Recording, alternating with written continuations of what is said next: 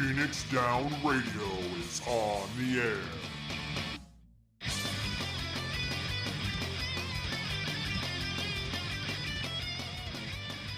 That's later. Welcome, everybody, to Phoenix Down Radio, episode number 191. I'm your host, Klauss and Seyrr. Joining me is Seyrr Timono. Seyrr, how are you?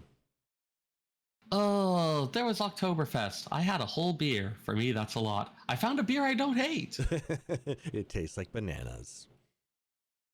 This one was not very banana forward. Well, Also, as of a couple of weeks ago, I got enough rating in Mahjong to get the adventurer plate for it, to get the framers kit. nice. Congratulations.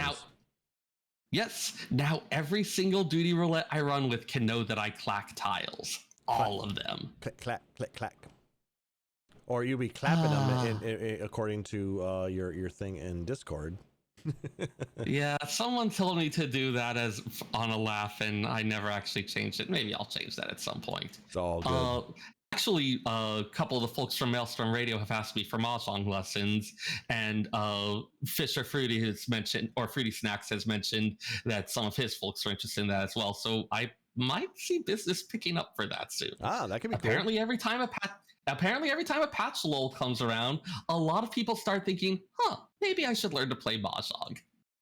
Yeah, and this time I can actually teach them. And it's going to be a lot longer downtime between 6.5 and 7.0 versus the other 0.5s. So that's a lot of people who are going to want to clack tiles. Yeah. So we apologize for not having a podcast 2 weeks ago, and it was completely my fault. We were at our local Oktoberfest, and I had more than one beer. I had several of those delicious, Oktoberfest Marzen delicacies, and I ended up having one too many. I think we fell asleep, and as soon as I saw what time it was, I'm like, oh crap, I'm not in a state to have a podcast. So the fact that we also didn't have the live letter yet, we were kind of both relying on the live letter because we didn't have anything else to talk about. And then it ended up being later that night. Exactly. So, side note, anyone who does have an Oktoberfest in your area, even if you're not much of a drinker or not much of a beer drinker, they tend to have a lot of really delicious food as well. It is worth it going just for that. Food trucks. There's other different types of beer. You don't have, even if you're not a fan of those delicious malty Marzen or Fest beers. There's a bunch of other different beers available. Non-alcoholic drinks. It's just a good time, and it's just a fun way to celebrate a little bit of German heritage. And they had a grapefruit radler that I would. They had a grapefruit radler that I would have tried if not for the whole thing about grapefruit and antidepressants. Yeah, you got to be very careful with grapefruit messing with your drugs. Yep. But it was kind of cool. Other than that, those watching this live at twitch.tv/PhoenixDown or checking out the VOD on Twitch or YouTube, you might see behind me, there's a little bit of motion in that tank from the last time you saw it. I'm going to do a real quick switch of the scene here, and I'm going to introduce you to some friends. We got fishies. Well, I mean, they could be shellfish. No, I know what they are, but for the sake of the audience, they're not shellfish or selfish, but there's Selfie in there. Selfie is the large silver white goldfish in there. Many of you have seen her on other streams. Very, very pretty fishy. I've had her for over 10 years. Big fishy. Yep. And being we moved her into a larger tank, we thought it would be nice to give her some friends. So in there, the one that's in the center of the screen there, the kind of large, dark colored one is Sid. There is a little bit lighter colored, larger fish there. He's just off screen now. Peeking his, no, there he is right behind. They're hungry right now because they just got fed. That's why they're swimming up there. Darting all over the place. It's kind of cool to watch. The one towards the bottom of the screen that just went off screen and just came back on again, that is Snow. So you see Sid and Snow swimming around there. And there's a little guy that's kind of on the above. That's Bob. So we've got Selfie, Sid, Snow, and Bob. Very cute fish. We're contemplating putting more, doing some more aquarium streams because they're very, very pretty fishies. So hopefully you guys enjoyed that little bit. Like I said, they're very good fishies. We got an amazing deal on them, actually. There was a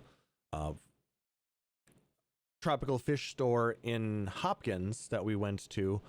They had those goldfish, marked at $10 for those larger fish like that, that we have in there.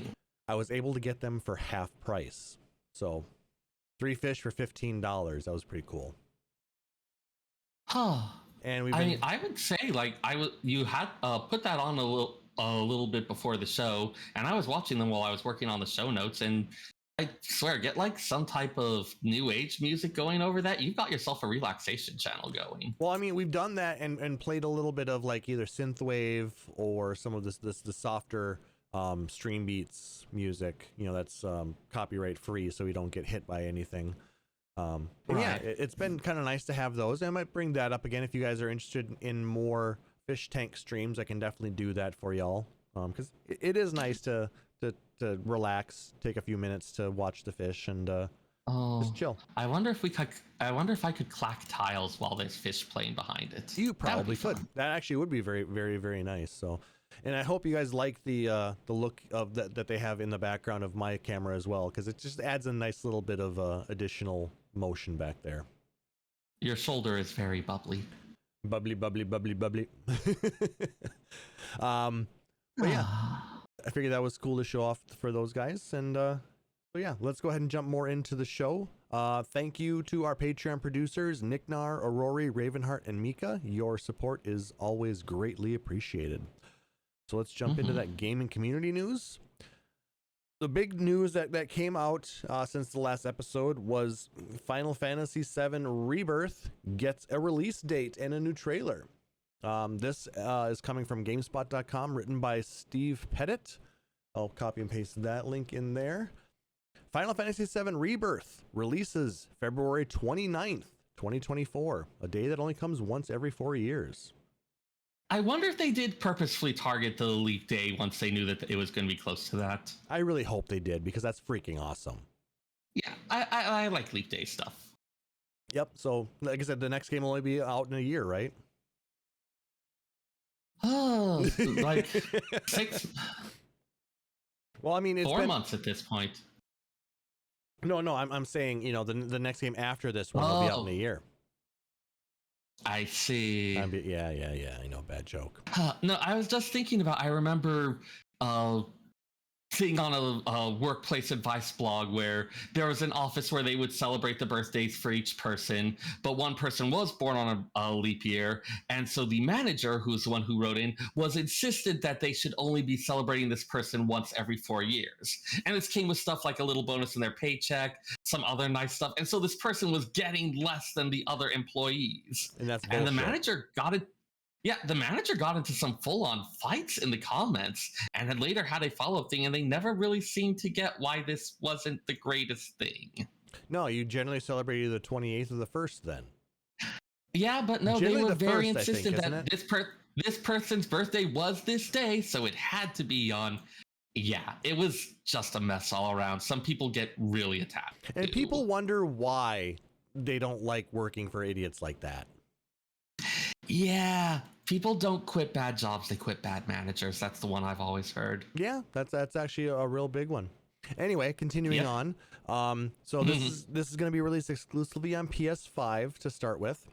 But they did say that there will be a PC version coming out after a period of time. So those of you playing on PC, you'll be able to experience Final Fantasy VII Rebirth as well. It's pretty much expected at this point. I don't expect that any system is going to forever remain exclusive to one console or system. The coolest thing that they announced is if you pre-order the game through Square Enix right now, you can get a twin pack where you will get Final Fantasy VII Remake and Intergrade, as well as Rebirth in one package. And I believe if you pre-order that particular package, if you didn't have the game from before, you will get access to Remake and Integrate right away, and then Rebirth will unlock for you when it releases for $70 right now. Not bad. When the game launches, though, it's going to jump up to $100, which is still a deal. Yeah, but they really want to encourage those pre-orders, I imagine. Yep. Basically, if you get that twin pack, you get Remake and Integrate for free. Nice.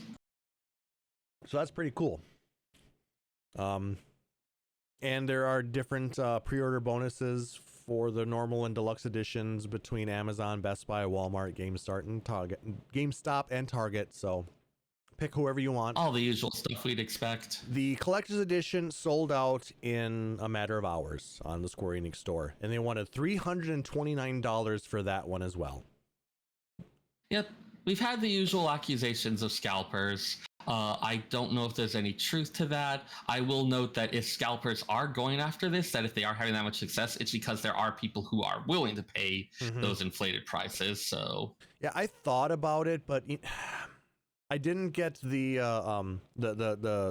First Soldier edition of the remake when that came out, because that came with Cloud and a Hardy Daytona, as well as everything that came in the deluxe version. I just went with I pre-ordered the deluxe version on Amazon because I really do not like Square Enix's shipping. It still sucks really bad, even though they're with a new vendor. You are not the first to feel this way. Yeah. You will probably not be the last. Not even in the slightest. But it is what it is. Support the companies that you want to support. But the game looks fucking phenomenal. I heard a lot of the reviewers talking about their time with the demo that they got to experience at the Square Enix. Square Enix held a whole thing for the Rebirth for all the different media outlets, and it really seems cool. Yeah, I might as well jump right into that one. And we're going to talk about 13 more things that were learned about Final Fantasy VII Rebirth during that media tour. This comes from Kotaku.com and was written by Ethan Gatch. There's a copy of that for you guys in the chat. A giant batch of new Final Fantasy VII Rebirth interviews and previews just dropped to kick off Tokyo Game Show 2023, and the sequel is sounding more promising than ever. So here is a number of things that they learned while playing on the demo of the upcoming PlayStation 5 exclusive. So we're looking at 150 gigabytes of data for Rebirth. It is 2 discs for PlayStation. This one portion of Final Fantasy VII is 2 Blu-ray discs, 150 gigs. Now, of course, some of that is just because you have increases in graphical quality, all stuff like that. Yep. But it also sounds like we've got a lot more content to go along with it. Yes, the Rebirth is open world. So it's going to be very much like the when we leave the Midgard section of the original game and opened up in an open world area. This also has a lot of open world pieces to it, as well as the 4K textures and everything like that come with it as a Final Fantasy, or as a PlayStation 5 game, is what I was trying to say. Sorry. The game ends at after the Forgotten Capital. For those who played the original, you know what that means. For those who didn't, we're not going to spoil it for you, but you can look it up if you want.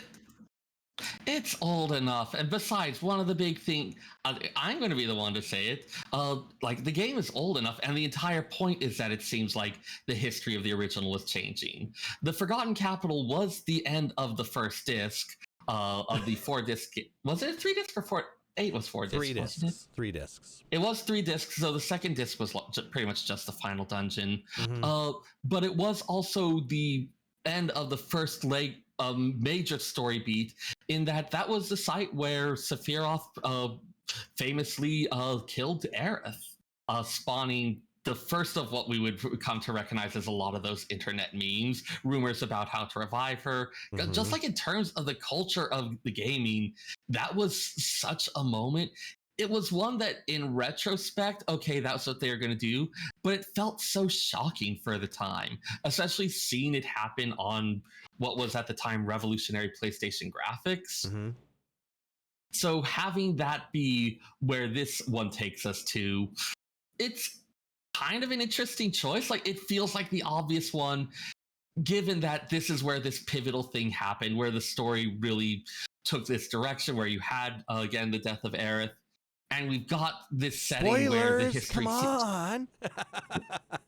Kidding. Go ahead. That game is old enough to drink. It is fine. No, I know. It's 26 years ago. Yeah. It's old enough to rent cars. Yeah. Without paying an extra fee. Exactly. But yeah, so I'm absolutely sure they're going to lean into or make hay of that this is the point in the original history, in the original story, where Aerith was killed. And I'm really looking forward to seeing what they do with that. Yeah, for $49.99, you can revive Aerith and continue on with her in the third part of the remake.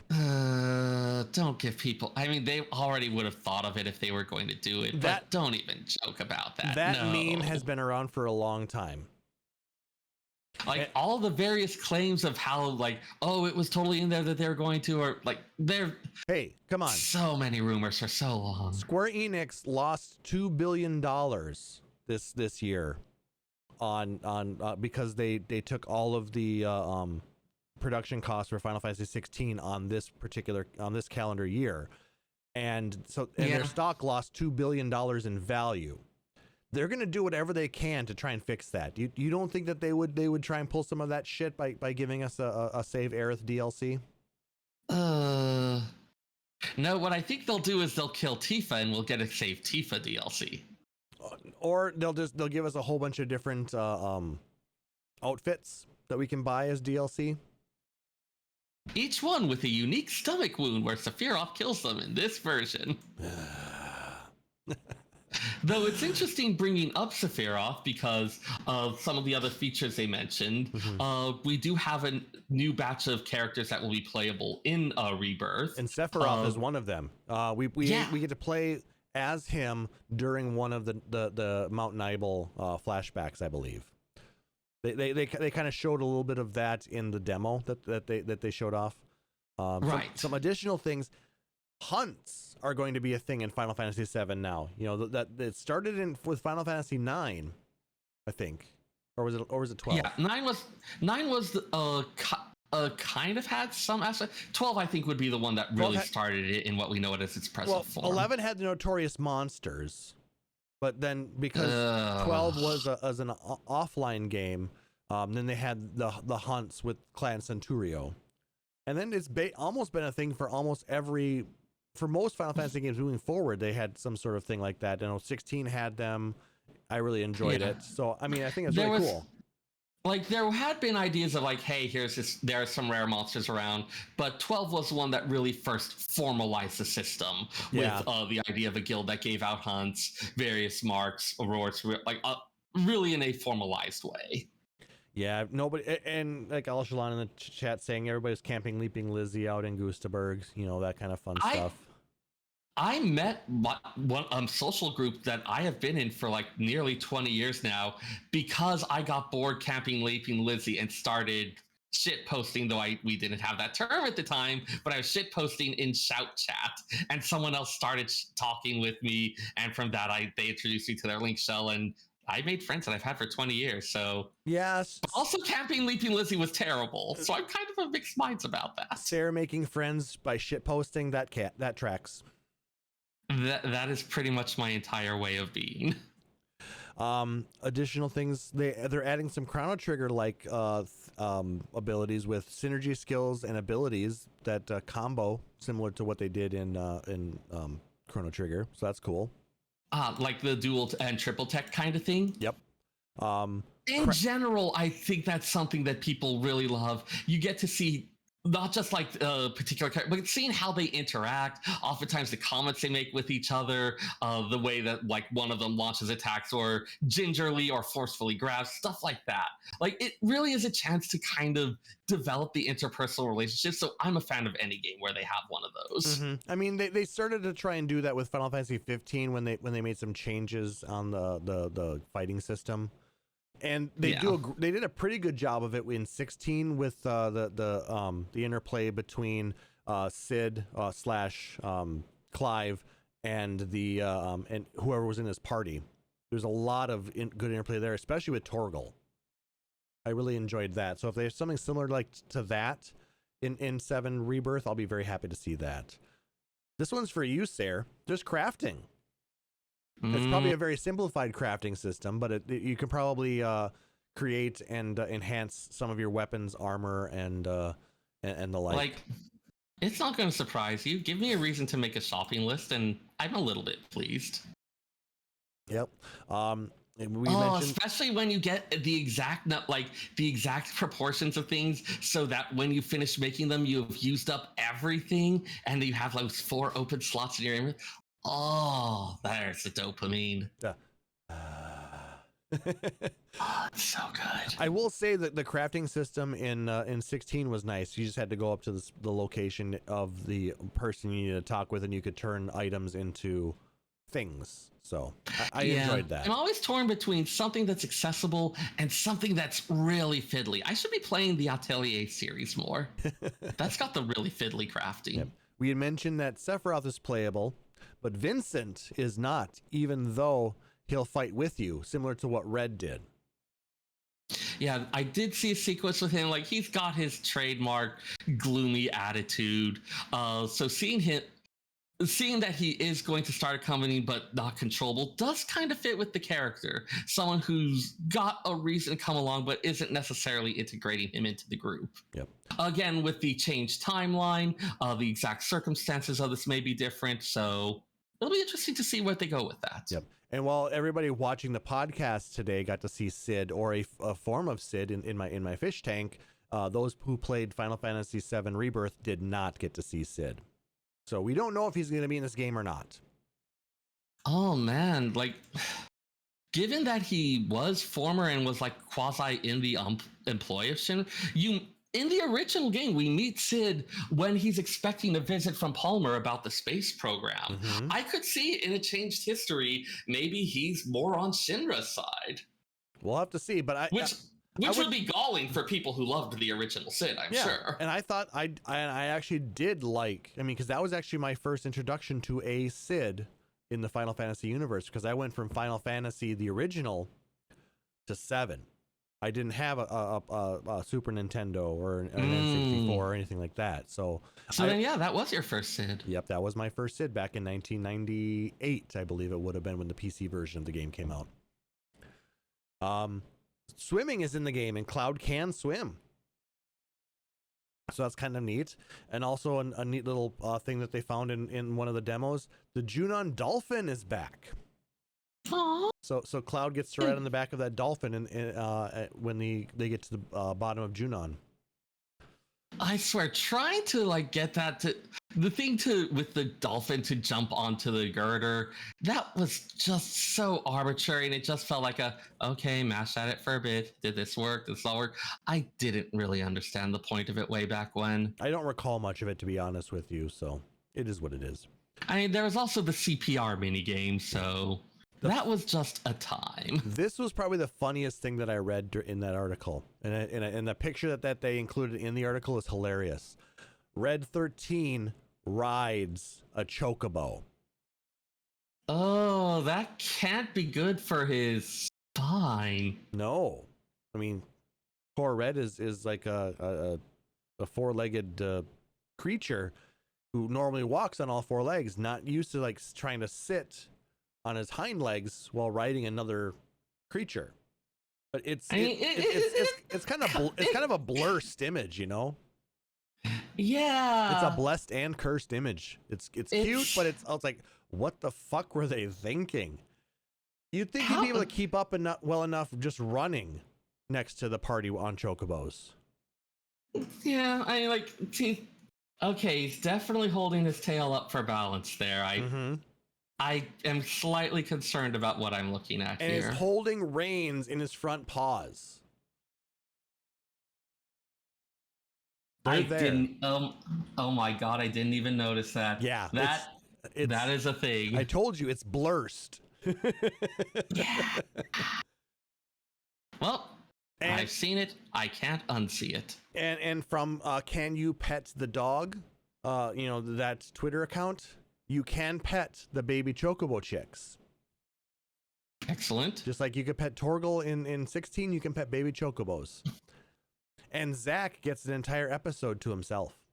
So Ooh. Zack is going to be in Rebirth.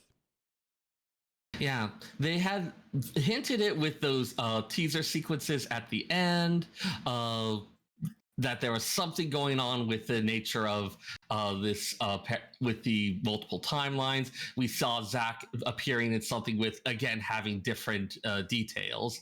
So but the one that we saw, it was Zack in what appeared to be a timeline with different details. The Shinra mascot stamp was a different type of dog. There was other things going on. So are we having jumping around between different possible timelines? Is there something where they're starting to cross over and merge? Like, we'd had the hint that there's this other stuff going on out there, but once they start bringing them in and bringing them together, what are they going to do with that? I don't know. I'm really excited for February 29th. That's all I can say. My copy is pre-ordered, and I'm just going to wait for it to arrive. So, yep, just about 4 months away at this point. A little less than 4 months. Yes. Oh, wait, no, a little more than 4 months. All right. I lost track of when in the month we were. It's all good. Next bit of news we have, there is going to be a Final Fantasy VII Rebirth voice actor panel at New York Comic Con on the 14th. We were just in the pre-show talking about the 14th for another reason, but this one is going to be kind of fun too. This comes from finalfantasy.com/news. So before the highly anticipated Final Fantasy VII Rebirth launches on February 29th, Square Enix invites fans to spend an afternoon with some of all-star voice talent, bringing its beloved cast to life. Hear from Cody Christian, who voices Cloud Strife, John Eric Bentley, who voices Barrett, Britt Barron, who voices Tifa, Max Middleman, who voices Red 13, and Susie Young, who voices Yuffie, as they discuss what it's like to voice such recognizable characters and share can't-miss behind-the-scenes stories about creating the game. There might even be some surprise guests from Japan. Now, if you cannot make it to New York Comic Con by next Saturday, you can watch the panel live on Square Enix's YouTube and Twitch channel. So make sure to if you're following them, you'll get a notification when they go live. So yeah, that should be a lot of fun. I recognize at least two of those names from Genshin Impact, so this is going to be very head-breaky for me. Well, I mean, these are the same VAs from Remake. Right, but it's just like Red 13's voice actor is also the voice actor for my favorite himbo in Genshin Impact, so I don't know. I don't know how hearing that voice coming out of Red 13, he's probably going to be saying less stupid things. Oh, Seyrr. Arataki Ito is a complete himbo. He's a lovable one, but dude's special, but also hot. He's got abs. Yeah. Anyways, I don't even know where I'm going with this. Well, we're going where we were going with it. Like I said, it's something interesting to watch if we don't get a chance to check out the Eclipse, check out this panel at New York Comic Con, and enjoy some interesting behind the scenes from the voice actors. There we go. Good connection. While they're still able to. I don't know if you guys are familiar with what's going on in the entertainment industry right now. I know the Writers Guild recently just ended their strike that they've had with Hollywood for the last so many months.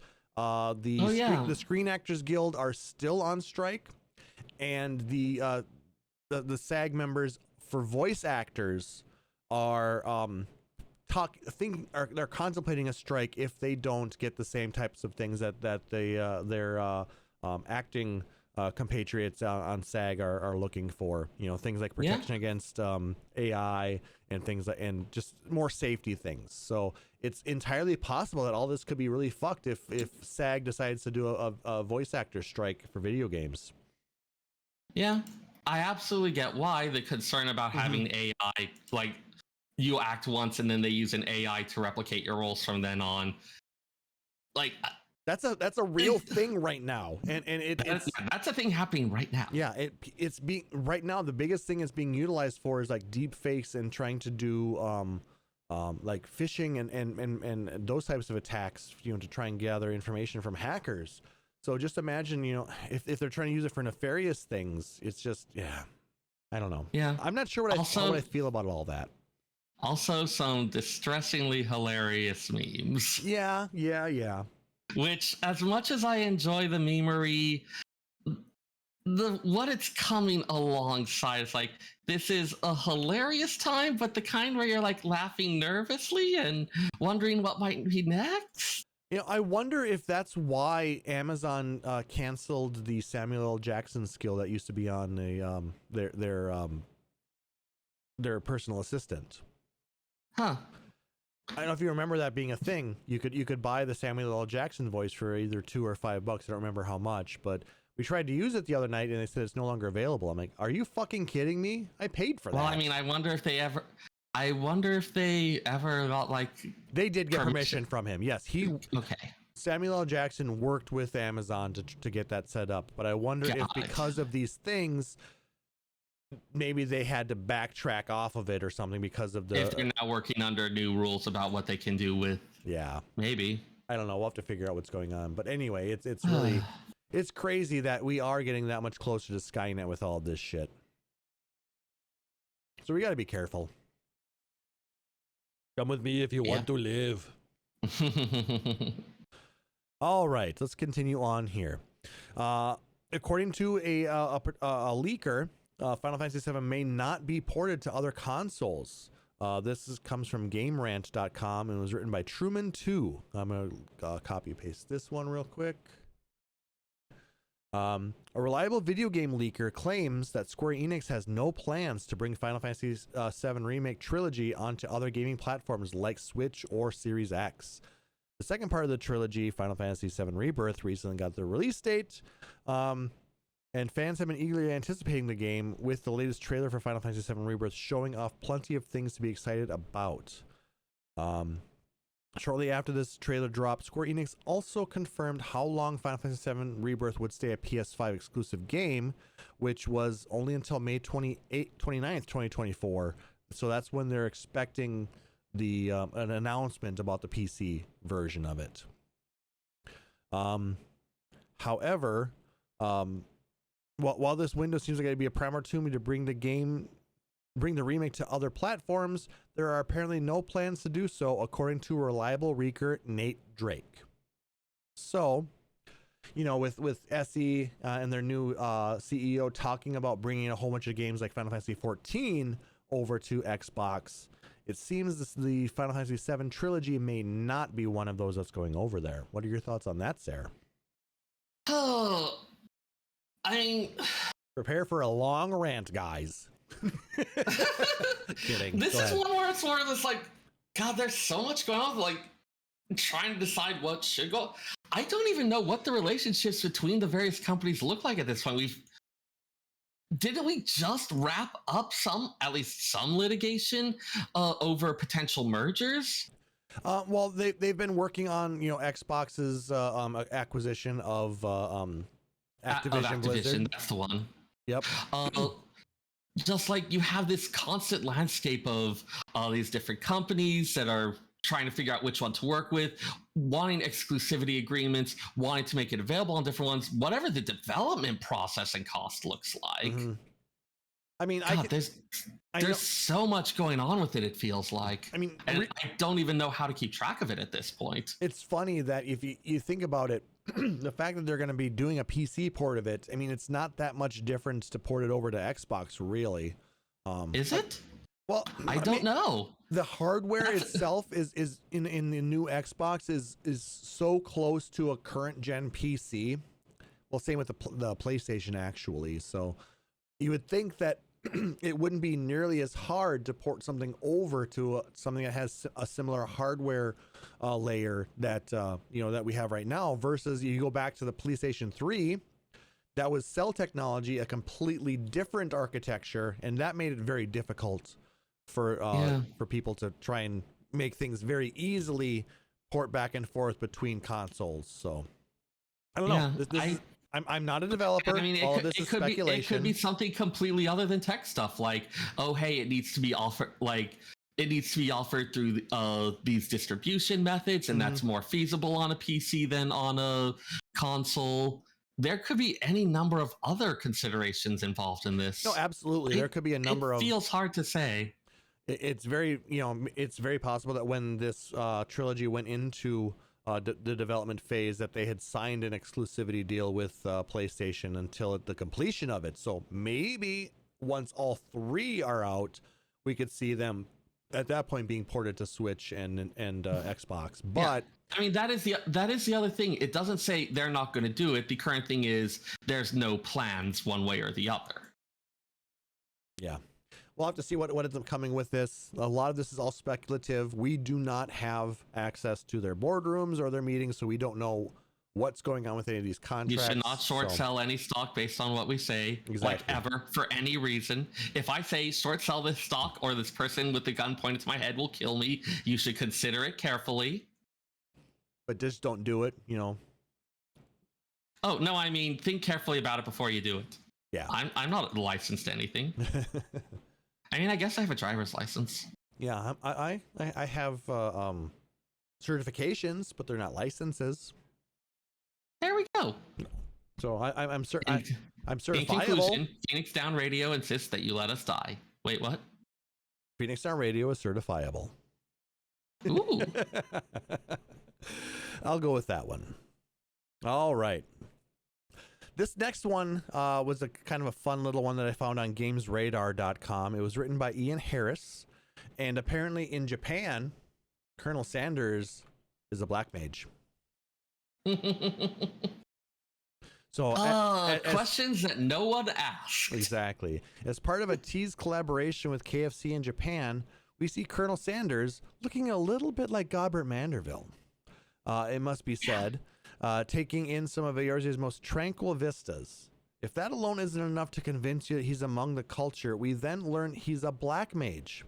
Given the job's access to fire magic and the Colonel's love of firing chicken, that tracks, right? Kugane fried chicken confirmed. I guess you use the ice for like cooling coleslaw or other sides like that? Sure. So the fire is for heating up your chicken, your JoJo's, your mac and cheese, and your corn, and then the ice magic is for keeping your all of those cooler condiments and sides at a food safe temperature. And your sodas. Can't forget your sodas. Soda. Oh my god, I could go for one right now. But funnily enough, the sight of Sanders in Final Fantasy XIV isn't completely new to the MMO community. One popular in-game role player has been assuming the appearance of the Colonel and has been seen over the years photobombing others or posting short skits of their efforts to take down a giant chicken. Basically that Family Guy skit, just remixed in 14. Will the real Colonel Sanders meet their clone? We can only hope. Whatever the latest collaboration brings, it kicked off on October 4th. So if you're in Japan, apparently there is a collaboration with KFC, and you can meet the Colonel in game. Along with a emote to be eating a bucket of fried chicken. I hope we get that on Amazon, just to be hilarious, because it won't make sense. Maybe it'll end up being a collaboration with Pizza Hut around here. Who knows? We already have the pizza emote from the Game Awards. Why did I was thinking of the pizza one. Okay, it might be a collaboration with KFC here. KFC? I don't know. Maybe Popeyes.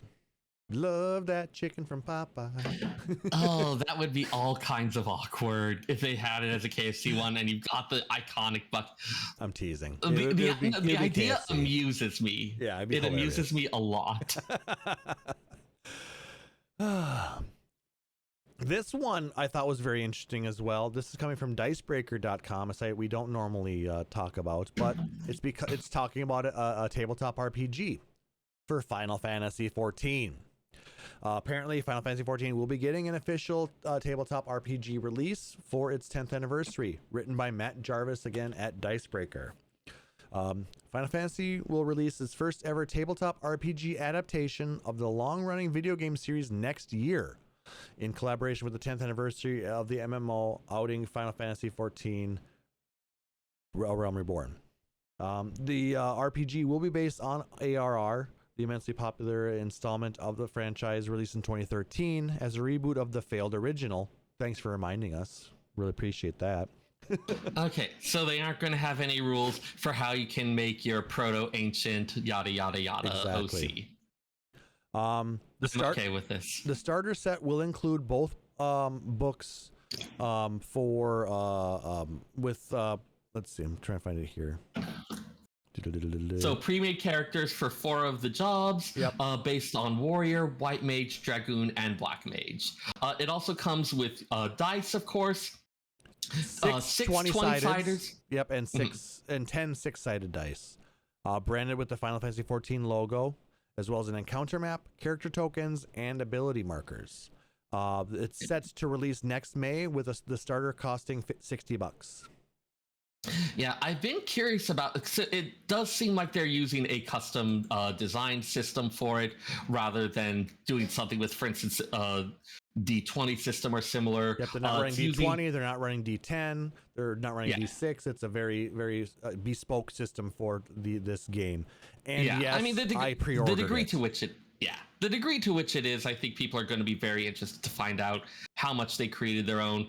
Also, how much of the content that they provide is along, say, following some of the stuff from the game versus creating your own specific settings or classes or things like that. Yeah. Like, how much of it is a focus towards the setting and how much is focused towards kind of the mechanics of it, of playing something that feels like a black mage. Yep. I know. It'll be interesting to see. A lot of people have created mods for D&D using the D20 system that bring in Final Fantasy style jobs.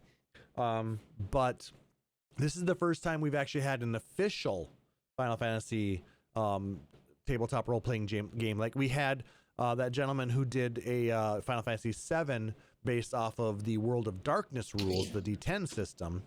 Right. He actually has a revamp of that coming that I think he released not that long ago. Yeah, it'll be interesting to see if this is kind of a one-off type thing or if they start doing more with it, if we get what are referred to as splat books, stuff with additional job options or settings or other things like that. If it might be something where they start exploring other parts of the setting of the world of Final Fantasy XIV that we haven't gotten to do before. There's a lot that they could do with this, and it'll be interesting to see what they actually do choose to do. Indeed. Last little bit of Final Fantasy XIV news. A Japanese player has completed all 2,751 achievements in Final Fantasy XIV prior to patch 6.5. This comes from Ryan Dinsdale over at IGN.com. Let me copy and paste that link in there for you guys. There we go. So a Japanese user on the Garuda server is now the one and only Final Fantasy XIV player to have every single achievement unlocked. The post showed data obtained through achievement tracking website Lala Achievements, which confirmed the feat. The massively multiplayer online role-playing game has a notorious achievement list, and not just because it's over a decade old with humongous expansions released regularly, but because some individual achievements require hundreds of hours of gameplay. To unlock them all requires players not to just complete the ever-growing story, finish all side quests, and obtain all collectibles like most games, but players must also undergo the laborious tasks of 5 ultimate raids, thousands of dungeons and hunts, engage in PvP with several different classes, and more. Now, here's my question. Does that number 2,751 include all of the pre-ARR the legacy achievements? I don't think it does. I don't know that the stuff, like the various tracking things, I don't think there's a way for it to access it. Okay. And I'm not sure it was even possible. I don't think it was possible to get all of the legacy ones. Some of them, there just hadn't been enough time. I'm not sure on that. That's why I wanted to ask the question, because it didn't specify. I mean, so some things to note on that, as someone who is following this a bit more, and also comforting / pointing out things to a friend who had a similar obsession for a long time to the point where it nearly broke him. Whoops. The reactions that I have heard have been universally not, oh, wow, he's so amazing, but oh my God, that poor person. Yeah. Like, No, it's been fascinating to see how many people have landed on oh, this is something to be admired, but this is something that's a little extreme and sad. I have a feeling that this person probably just plays the game like basically 24/7, 365. Well, I'm sorry. Because that's the other thing. Some of the achievements, like some of the leave ones, just in terms of how long it takes to regenerate leaves and how many you need to spend, it would need to be about 7 years of continuous effort. Not necessarily like 24/7, but like you need to be checking in at least once every few days to use up leaves, for instance. Stuff like raiding the deepest thing in each of the various treasure dungeons 20 times. Yeah.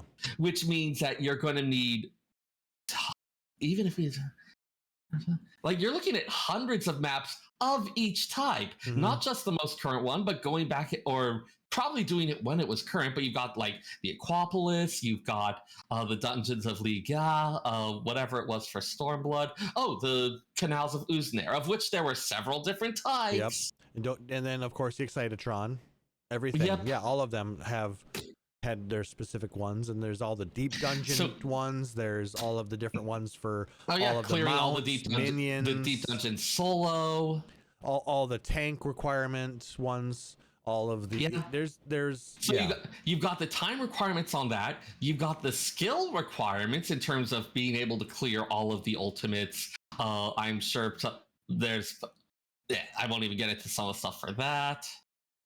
20,000 accursed horde from deep dungeon was one of the achievements. My God. Was it? I know there's oh, dang. I know. So there was a discover, I believe it was 100 treasure chests in Deep Dungeon without using Pomanders of Intuition. So just happened to stand in the right place for a little bit. Yep. There is some amount of, if you know, for instance, where traps are, you often can make guesses of spots where it might reasonably be. And then you would just be like, okay, we'll try standing in each of these spots. But that's still a lot. There's a lot of luck involved with a lot of these. I mean, especially when you look at hunts. A lot of luck and timing issues. Literally thousands of hunts. The millions of items you'd have to gather from different gathering points for different those different gathering classes. What was the one for Honest Gillionaire? I think it was, where you need to obtain like filter unfinished achievement. So who wants to be a Gillionaire and then on the payroll for earning a cumulative total of 20 million gil from leave quests? Yeah, I'm up to 6.5. I have no idea where I'm at because I'm not in game. So yeah, like, I mean, it is an impressive achievement, but I do kind of land on the side of, as I said, literally every person I have seen talking about or personally talked to about it, where it's I guess that's impressive, but also poor guy. Hope they're okay. Yeah, congratulations. I hope you're taking some time off the game now. And it's kind of fascinating that is a universal thing, that there's no just pure unalloyed congratulations. It is pretty much always along with, are you okay? Yeah. That's definitely a thing. Fascinating. So yeah, a lot of news to catch up on in a month. A lot of interesting things happened though, so it's kind of neat. But let's go ahead and jump into our discussion topic. We're gonna skip the live letter because the patch released on the 3rd. So there's no sense in really going through what they discussed in the live letter. So I must just talk about what came out in the patch notes. So I'm gonna go ahead and copy and paste those in for you guys. And Seyrr, I'm assuming you have a bit more time invested in the game than I do. Yep, I can tell you which of these bits are actually important. Yes. So I mean, a lot of it was your usual, oh hey, new stuff has been added, new thing has changed. So some of it we're going to be skimming over because it's pretty much, hey, it's the same thing you would normally expect from a patch release. We've got the new main scenario quests, of course, the final segment of the post-Endwalker storyline, Growing Light. So we are now situated for the 7.0 release.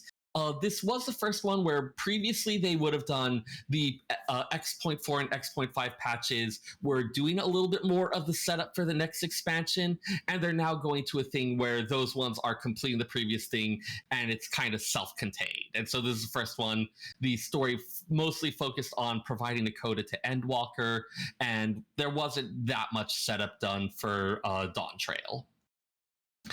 Fun story though, was a nice coda for a bunch of things. We'll get into that on a future show since it's still too new for that. Yep, no spoilers right now. We're just going to talk about the patch notes, and maybe give a little bit of our initial thoughts.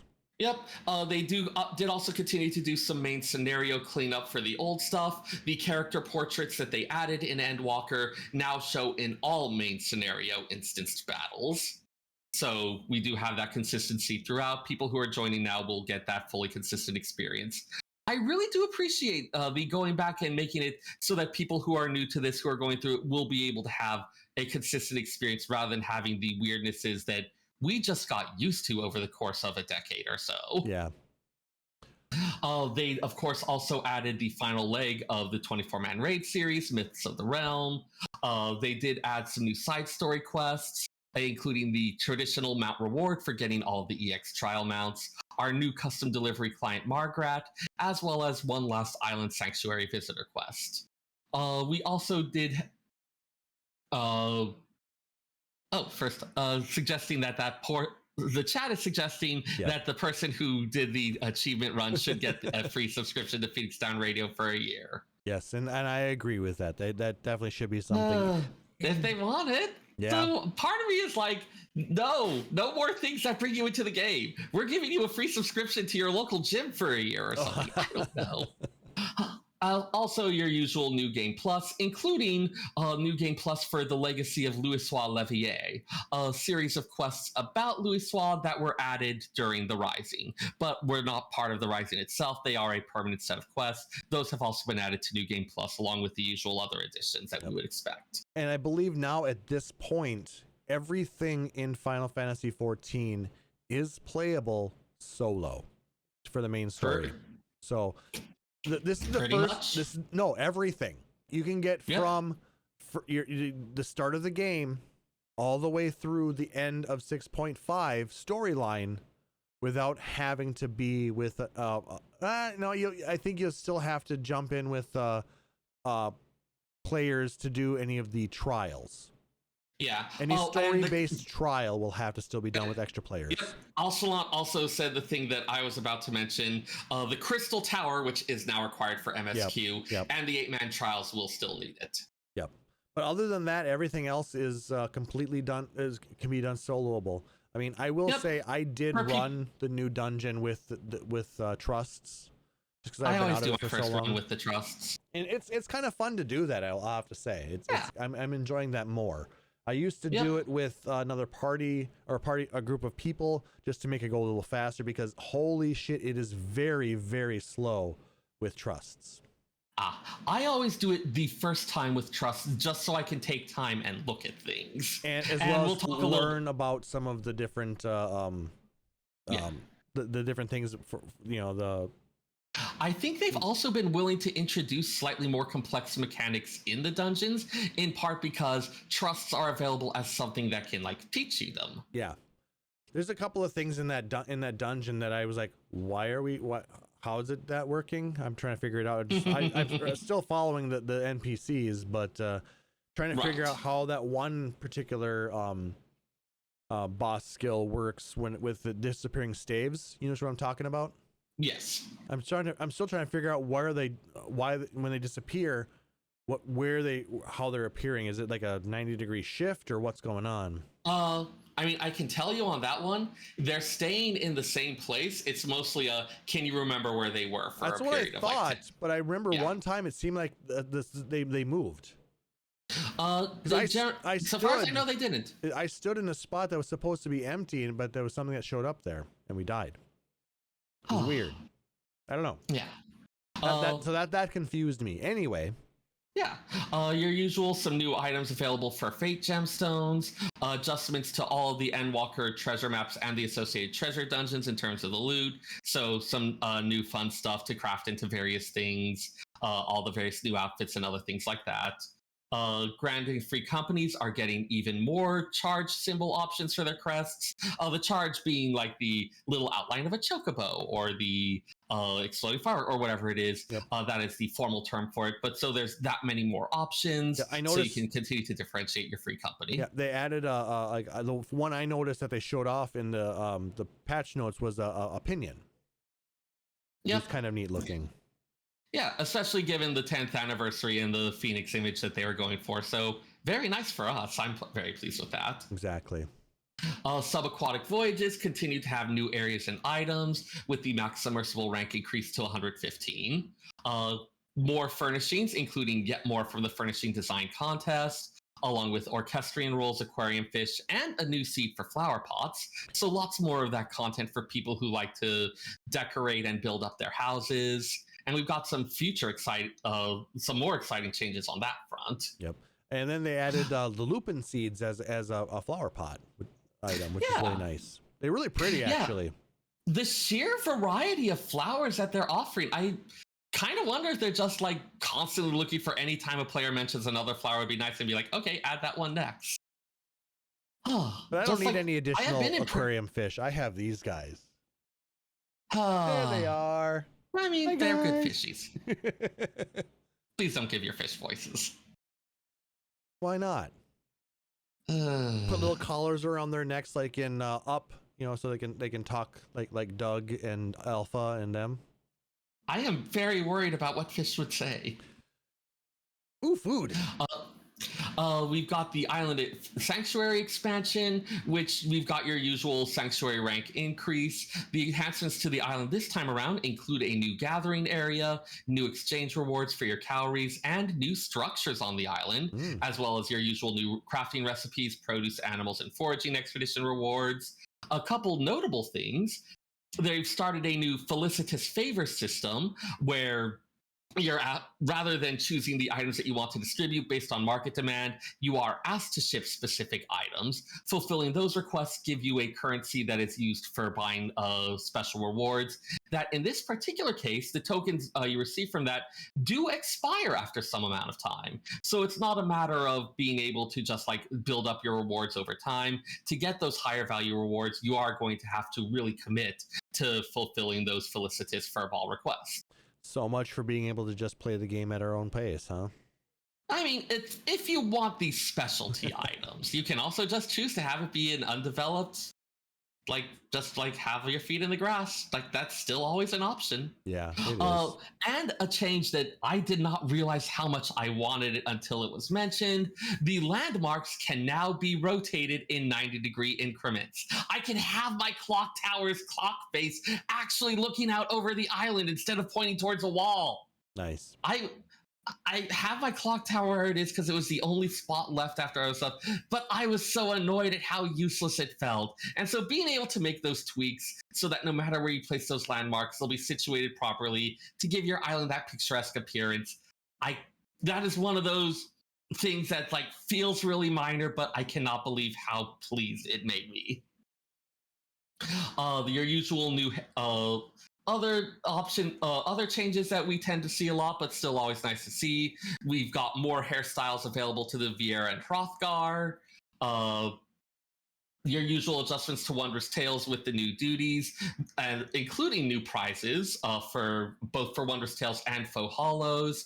I did see Framers Kits. It does appear that they're continuing to add Framers Kits to as many different types of activities as possible, so people can show off their love for all the different aspects of the game. Yep. They did change Wondrous Tales so that you will no longer be able to accept a new journal until you've accepted rewards from a completed one. Okay. Yeah. Also, they are making it so that duties you have not unlocked will not be offered as objectives. Previously, it was based entirely on your highest character level and what had been opened up for that, but they now will not offer things that you haven't unlocked. If, say, you're level 72, but still back in Stormblood for whatever reason, they're not going to start giving you the Shadowbringers duties. Which makes sense. Yeah. Some new emotes have been added. I just got one of them last night.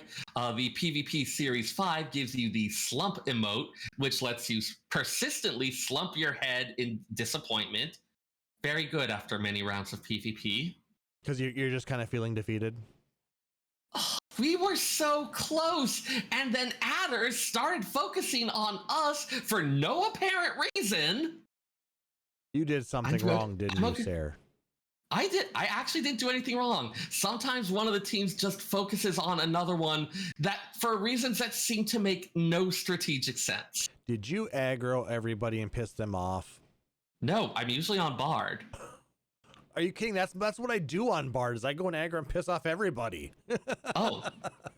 I don't want to say you're bad at Bard PvP, but... It's fun.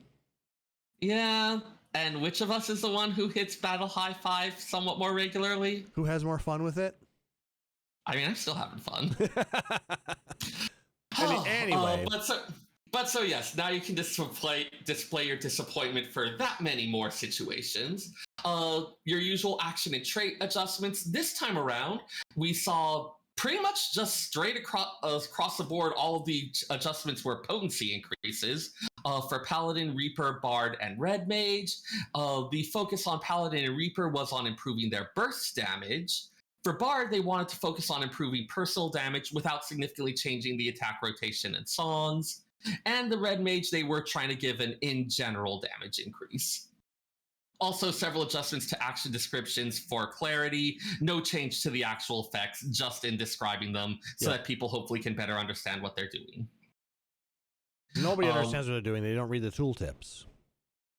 There are some tooltips that are just awkwardly phrased. They're doing things that are kind of complex, and it can be difficult to get across in one line. We'll see. Alshalon comments in the chat, they ignore blue because the HP bar is friendly and focus red because red is enemy, I swear. I mean, honestly, that's not the worst supposition, Alshalon. Nick Nar is asking what are tooltips, and I will not be acknowledging that further. Well, Nick Nar, tooltips are things that nobody reads. The people listening on the podcast can't see me burying my head in my hands right now, but they can I'll give them the it. audio description of that. They can sense it, though. Yeah, that's what's happening right now. Of course, new duties in the form of the new dungeon, the Lunar Subterrane, and new trials, Abyssal Fracture and Abyssal Fracture Extreme. And as the changeover of Faux Hollows to the Singularity Reactor, Unreal. All the usual changes that come along with this, shuffling in which ones are part of the various duty roulettes, which ones are showing up in the raid finder, all the usual stuff with that. No need to go into detail on that. They have set an item level sync in the final day. That would be the Endwalker 6.0 climactic trial against the Endsinger, which several people had noticed that with the growing item levels of the player base was becoming somewhat unsatisfying, that you've got this huge climactic building chorus with all the Scions offering their thing, and you kill them midway through the fourth Scion offering their encouragement. So they've put some item level sync on there to help preserve a lot of the drama of that and help it last through. It's kind of same as how when they changed the Praetorium and all the other ones like that, to at least preserve some of the drama so you're not tearing through everything as fast as possible. It's supposed to be a big climactic finish. 570 still seems a little bit high for that fight, though, because that was 570 is the eye level of the current gear that you get out of the last 24 men, is it not? No, that's like 650. Oh, is it? Yeah. I think in the wrong numbers then. So is the current crafted stuff 640? The current stuff is 650. Okay, for some reason I was thinking it was 5 something. Oh well. 560 is the stuff that you get from Tataru, your artifact armor. Okay, so 570 would be probably the highest eye level at the end of 6.0. Yes, it'd be like the stuff you get from the dungeons, I think. Okay, then that makes more sense. For some reason, I thought we were in the 500s already. Nope. We were in the 500s a while ago. We're in the 600s. Yeah, I didn't think we were in the 600s because I haven't paid attention to eye level in forever. Yeah. Even though I did buy the crafted gear like you recommended last time. I mean, like, yeah, you don't need to as much. Like, if you're just generally doing stuff, I've definitely seen a lot less of people needing to struggle to get like 2 more eye level, like you saw in the early days of stuff where like you would see a lot in WoW once upon a time. Mm-hmm. It's used as a general gauge, but it's not as much of a struggle to keep up with it, it feels like. Okay. Increase in the extreme trial mounts for previous trials, of course. The usual changes. So people can get their mounts a little bit easier, not have to sit there and farm it 100 times. Yep. The newest one is still, of course, at the intro rate, but for those who still haven't gotten their older ones, those have been increased. Your usual changes to the 8-man raid with the weekly restriction on rewards being removed and the number of tokens needed for the weapon upgrade going from 7 to 4. They, of course, have the Alliance Raid Dungeon Thalea added. Gorgeous place. God, my patron god is hot. It was great. I haven't done it yet, so I'm interested to try it. Yeah. One thing I will note that is, I don't consider a spoiler at this point, they actually made use of the fact of your character's patron deity for once. Okay. In the story sequences, there is a chance to check in and talk with several of the gods, and whichever one is your patron deity will acknowledge this in their dialogue with you. Okay. First time I've seen patron deity actually be relevant, probably the last time, probably. So I'll have to see what Althik has to say. Yeah, but yeah, Thaliak is hot. I chose a good deity. They also, in addition to of course, the new Alliance raid with its coin reward, the usual stuff that we see from this, they made some significant changes to the previous Alliance raids. We already knew about one of them where they were going to be restricting changing the required item level for Alliance raid duty roulette based on your character level, but they've made a bunch of changes to the other rewards as well. They note that this takes into account their difficulty and time required to clear. Crystal Tower, I think, was the most popular in part because it was very fast to clear compared to the others. So the experience points from defeating the bosses and the duty roulette experience bonus have both been increased, and this applies to everything but the Crystal Tower raids. The numbers and types of Allagan tomestones received have been adjusted. Now everything that is not a Crystal Tower raid will provide somewhat more poetics as well as an amount of whatever the current tomestone is, assuming level 90. Yep, so you're going to be able to get the most current and the one just before that, and then poetics. So you're going to get 3 different types of tomestones for running a 24-man now, not just poetics. Unless it's Crystal Tower, in which case you just get the poetics. Yeah, well, I mean, that's Crystal Tower. Yeah, I mean, a large part of this was the people complaining that there's nothing but Crystal Tower in Alliance Raid Duty Roulette, but also a lot of people not wanting to run anything except it because of the time reward ratio. I mean, and that made sense because, you know, if the reward for running Weeping City and the Circus Tower are the same, which one do you want to run? No, absolutely. So a bit of carrot and stick this time around, both some restrictions limiting what you can do, but also some additional rewards to sweeten the pot for it. Yep. It'll probably make me run a few more of those. Yep. The continued their continued work to make more items wearable by all genders has now encompassed the Omega attire. Omega F attire and earrings, as well as Omega M attire and ear cuffs, are now wearable by both genders. Yay. I mean, Omega showed that gender is irrelevant, so why should the outfits be restricted to one or the other? I do love just how I always felt it was ironic that one Valentine's Day where the entire message was you should wear whatever clothes you like, regardless of your gender and what people expect. And then the outfits were gender locked. They were gender unlocked shortly thereafter, but there was some irony. But Along with that, we have the long-awaited adjustments to the armoire, where your items from the online store can be stored in the armoire, sorted into costumes, fashions, and mascot category. They also are adding a name search function for stored items, and you can glamour those items directly from the armoire interface. So those of you glamour fiends who have been running your credit cards ragged at the online store, you'll have a bit more room in your glamour dressers now to continue to stuff with all the other things. Some changes to the crafting log, mostly for ease of use in finding items, and locking out custom delivery recipes if they're not ones that you've accessed, to make it, again, easier to look through and find things. They'll now be applying flying text to items and item quantities obtained via materia extraction, ethereal reduction, and desynthesis. So, God, at this rate, you might never need to look at the chat log again. Ooh. No, I do kind of like the idea of flying text for just like all the pinches of sand that I get when I'm desynthesizing my fishing catches. Various other improvements to those gathering. Lots of other things. Lots of quality of life. And a little bit of a sad note for me, but again, this was something I like to do vaguely troll.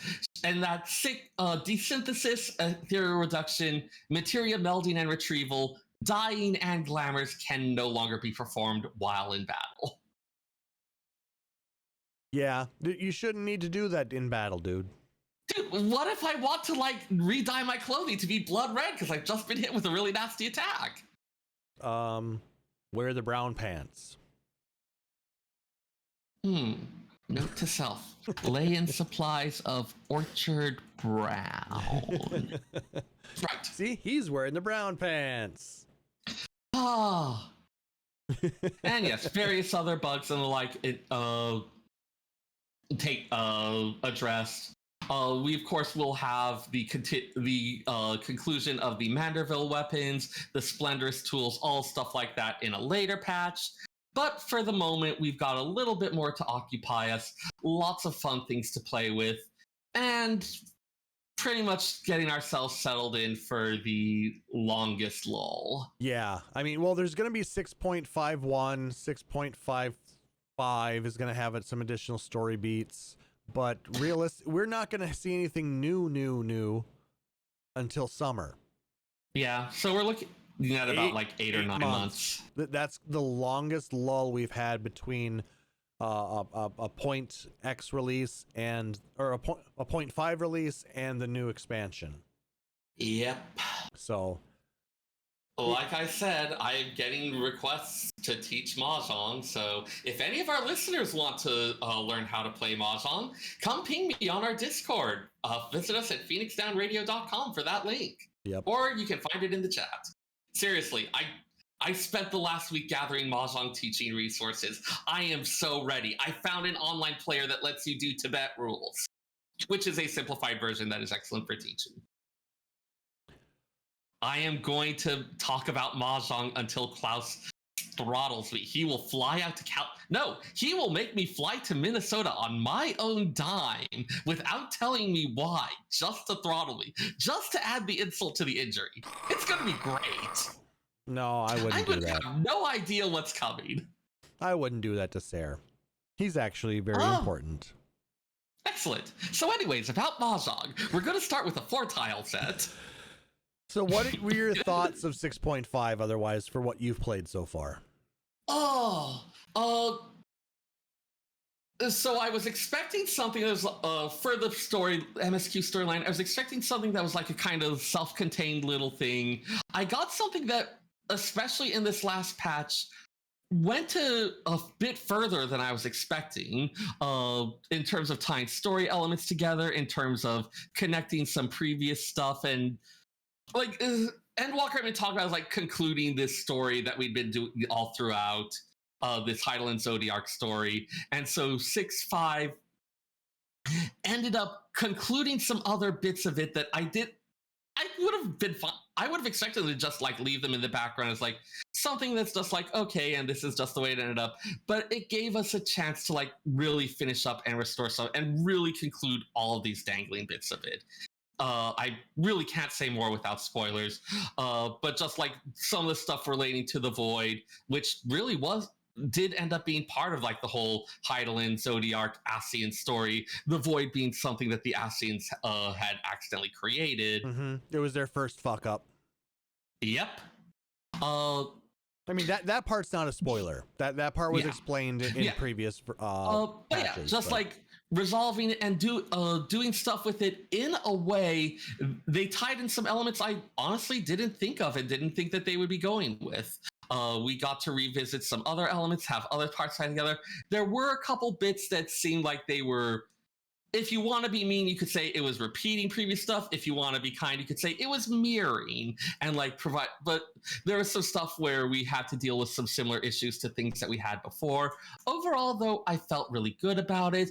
And also like we got a good dramatic climactic confrontation to finish the whole thing off. That abyssal fracture was quite a battlefield. Yep, I haven't done that yet. I'm right there. I'm at that point. Yeah, it is quite a scene. The music is great, especially for those of you who do have a place in your heart for Final Fantasy IV.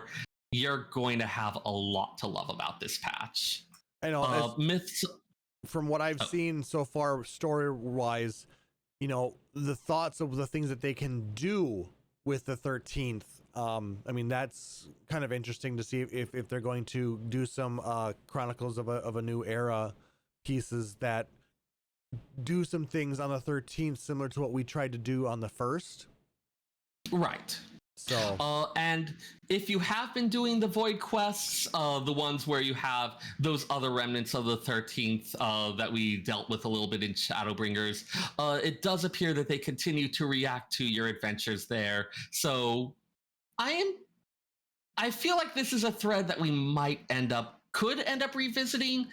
But if not, it's one that they've left in a place that is a reasonable stopping point. Mm-hmm. I mean, it'd be nice to see if there's a way that the 13th can have some a little bit of positive closure versus just being, okay, we're done here.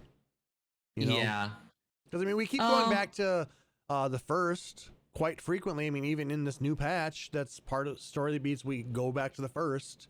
Not going to say why, but we do. Yeah, like we saw some of that in the previews.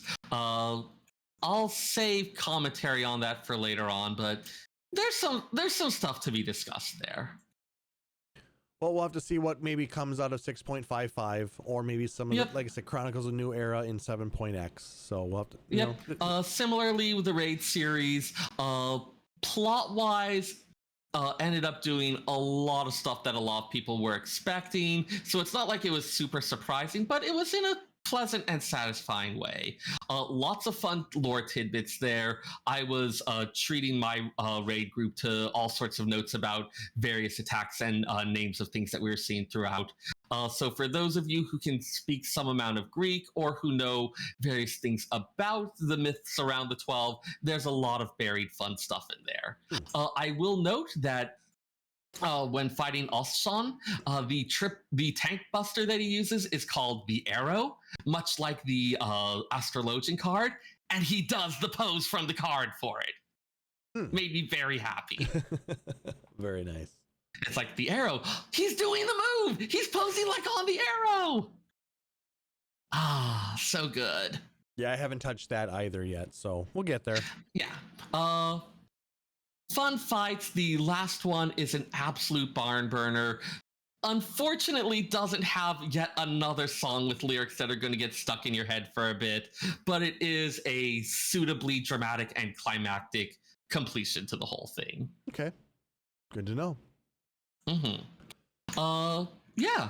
And other than that, again, we've got some last bits at the end setting this up for Dawn Trail, but it does seem like they're moving a bit more towards having each expansion be a self-contained thing rather than having the patch stuff used to set it up.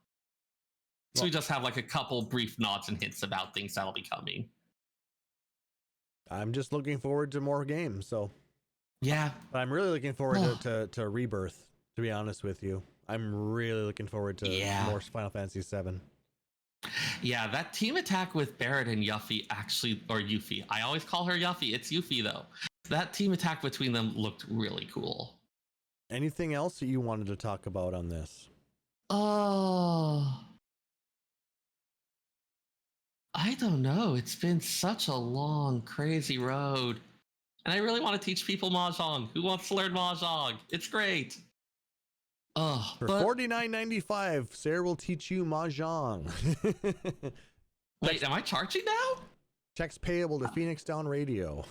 Oh, you're charging. Okay, that makes more sense. Don't worry, you'll get a cut. Will I get a cut or will I get cut? You'll get a cut. Also, yes, yes, you're right, Nick Nar. We did forget about the pronunciation about one of the characters in Final Fantasy VII. Boy.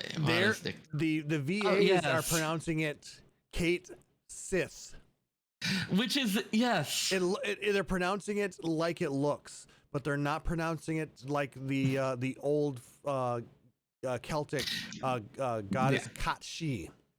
Which is the trickster that the character was drawn from. Exactly. So so we have Katshi in 14. I would say that would be Katshi, but Kate Sith in 7. I don't know how much I like that because I mean we got the whole Rama Ramu, Ifrit. I mean, there's always a lot of questions about if you have something that, do you tend to pronounce it like it would in the native language? If you're bringing it over and starting to like it like its own thing in a different one, do you use it according to the rules of that? Yep. There's a lot of argument about, like, even among linguists about what the proper thing to do in this is. Mm-hmm. I don't know. I think I'm still gonna just go with Katshi because it's more appropriate. I'm going to go with Katshi because in the Mobius soundtrack, there's the music that plays when you are playing with the Katshi costume, and it's like this. It is this absolute little bop, but it has Katshi, like it's got the singing Katshi in the background. Oh, nice. What are your Let us know what your thoughts are. Is it Kate Sith or Katshi? Like, dude, when I was first playing it, like when I was a teenager, I said Kate Sith. I'd never heard of this stuff. I didn't know it was connected to mythology. Well, actually, I think that was the usual thing. What's funny is I would usually rename the character Cat Shit. Ooh, which is very close to Katshi. Harsh, man. But hey, the character was an asshole. You gotta admit that the character was an asshole. Even though it was Reeves, the character was an asshole. I mean, he had his own interests going. It's hard to, yeah, fair. But yeah, I mean, like I said, when the game first came out, yes, Kate Sith. It looked like Kate Sith, so I pronounced it Kate Sith. But you know, I try to be as open about these things as possible. So I don't want to, when something like this is culturally, taken from a culture, I was almost going to say culturally appropriated, which it really wasn't, but not exactly. Like it's just like hey, you're drawing from the name and this is another one of those thorny things that Phoenix Down Radio is not looking to wade into the cultural milieu of. These are just our opinions, our thoughts. So take them with a grain of salt, like you take every other thought. So. Cultural sensitivity is a great way to put it. Yes, that is a great way to put it, Alshalon. You don't want to hear about how I take thoughts. Wait, what? Oh my. And on that bombshell, I think that's going to do it for this episode, guys. If you liked what you heard, please make sure to like, subscribe, or follow us on Apple Podcasts, Stitcher. No, wait, never mind. Stitcher's gone. Apple Podcasts, YouTube, Spotify, or whatever your preferred podcatcher is. I didn't mention Google this time because Google is going away next year too. What the hell? I need to take a vacation from the Stam Valley for a bit. Yeah. Anyway, whatever your preferred podcatcher is, leave us a rating or review if possible, because it lets other people find our show as well as letting us know how we're doing. And we appreciate that. If you really dig this show, consider subscribing to us here at twitch.tv/PhoenixStarRadio, where you can get access to a number of subscriber-only emotes and badges. Or you can go out to patreon.com/PhoenixDownRadio and support us like our benevolent overlord Urwari Fenrir, our Secret of Nevermore Ravenheart, or our resident slacker Nick Nar. All proceeds go towards growing the show, cover things like hosting costs, allow us to improve and upgrade equipment, as well as do fun things like contests and giveaways. But realistically, any kind of support, whether it's likes, emails, tweets, retweets, donations, subs, follows, it's all good. We love all of it because we want to interact with you guys and the rest of the community. If you want to check out our backlog of all of our podcasts, you can go out to phoenixdownradio.com. If you have questions, comments, suggestions, just want to say hi, you can email us at podcast@phoenixdownradio.com. Again, we are live every other Saturday night right now at twitch.tv/PhoenixDownRadio.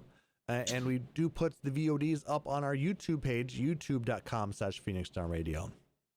Seyrr, any shout outs or anything like that? Oh, shout outs again to the Mahjong community of Final Fantasy XIV for being endlessly entertaining, cheering me on to as I work towards my goal of getting that plate, even as they then proceeded to ruin my carefully constructed Yakuman. I was one tile away, and he wronged on the wrong thing. Well, whose fault is that? Nobody's. Exactly. They played perfectly. It was perfect. And they apologized afterwards. Why couldn't they at least have admitted that I could hate them for it? Oh. But yes, my big thanks to all of you crazy tile clackers. I've had a lot of fun playing with you. I'm looking forward to continuing to do so. A little less concerned about... I do not aspire towards having a Mahjong Master title. Mahjong Enthusiast is about right for me. But big shout out to all of those weird little communities of people who gather in these niches and play these things and develop these communities, whether it's Mahjong, Chocobo racing. I've seen more than a couple. Now that I have max rank Chocobo, I've seen more than a couple faces over and over, and ended up in like some 3 or 4 person races. Just like those little communities that develop, they're really delightful. Big shout out to them. You guys are humaning awesome. Keep doing what you're doing. Perfect. And basically, we just find you out on the Discord, right? Not doing much. Find me on the Discord. On Twitter. Yeah, I don't really use Twitter anymore. Yeah, find me on the Discord. If you are genuinely interested in learning how to play Mahjong, I am gathering people in groups of 3 to do actual teaching sessions. I want to do this as a library program at some point, so all of the practice I can get with teaching is deeply, deeply appreciated. I don't charge, and if you want something to do to fill the lull, there are worse things that you could do than Mahjong. Mm-hmm. And you learn something new about another culture. Yeah. Oh man, I should have had a short segment about the history of Mahjong. There we go. All right, so Seyrr, we maybe even write an article for the website. Sure. And I want to shout out Seyrr for being an amazing co-host and being understanding when I wasn't able to make it last episode. So, and thank you so much for understanding, guys. We really do appreciate that. Shout out to everybody who's joining us live here at Twitch. Loves having you guys interact with us while we do the show, because it does make it a lot more fun. And you're clacking very loud right now, Seyrr. I don't know what you're talking about. Less clacking. We're almost done. Fine. But no, like I said, really happy that you guys join us every week as we do the podcast. It makes it much easier for us to get this taken care of and get it done for you guys. And just it just really, if without you guys, this would not be fun. Mm-hmm. And like I said, I'm also available out on the Discord page. Very happy to help you guys with any questions you have out there as well. And build our community. I actually just went into our Discord server and I applied to make it a community page, so we can maybe actually grow something together as a part of this podcast, as a part of the Final Fantasy universe, and just make this a really fun place for people to gather, learn more about Final Fantasy, share their love for it, and maybe teach somebody else something new that they didn't know about it. So that's really cool. So you can't do that, without a good, group of people to work with. So let's build that together, guys. That's what I want. So for my co-host here, Tomono, I'm Klaus Nightbringer, wishing everybody a wonderful evening. Thank you so much for joining us for this episode, and we will see you on the next one. Take care. Phoenix Down Radio is a production of PhoenixDownRadio.com and Illusion Productions. Final Fantasy XIV and Eorzea are trademarks of Square Enix. In-game content for Phoenix Down Radio is the copyright of Square Enix. Opening music for Phoenix Down Radio is provided by Guilty Gear Rock You. Check out the Metal Chocobo theme cover and many other music videos at youtube.com/Guilty Gear Rock You. Closing music for this episode is provided by Guitar Wanker 90. Please check out their full version of Matoya's Cave and other rock video game covers at youtube.com/Guitar Wanker 90. The views and opinions expressed in this episode are those of Phoenix Down Radio and its hosts and do not reflect the views of Square Enix.